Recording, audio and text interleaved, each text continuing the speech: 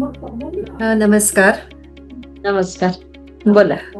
मला विचारायचं होतं 2 ते 3 महिन्याच्या लहान बाळाला आपण क्रिस्टल वापरू शकतो का? मी तसं माझ्या ह्याच्यावर छोटे तुर्मुलीन केलेत की जे छोटे तुर्मुलीन आहेत बाळासाठी, तर ते स्पष्ट स्टोअरवर लिहिलंय बाळासाठी. त्याच्यामधलं एक्स्ट्रा एनर्जी आहे ना, ती मी काढून टाकली आहे. पण त्यामुळं माझं 1 ते 1 महिन्यापासूनच्याच बाळांना घालू शकता तुर्मुलीन, ब्लॅक तुर्मुलीन.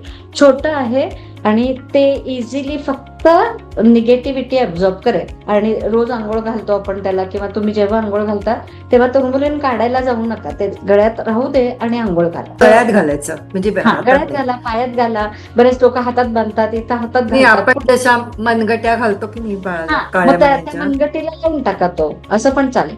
पण ते बाळ बरेच वेळा ते असं लागायला नको याची काळजी घ्या. कमरेला सुद्धा काही लोक बांधतात, गळ्यातलं जे आहे ना ते.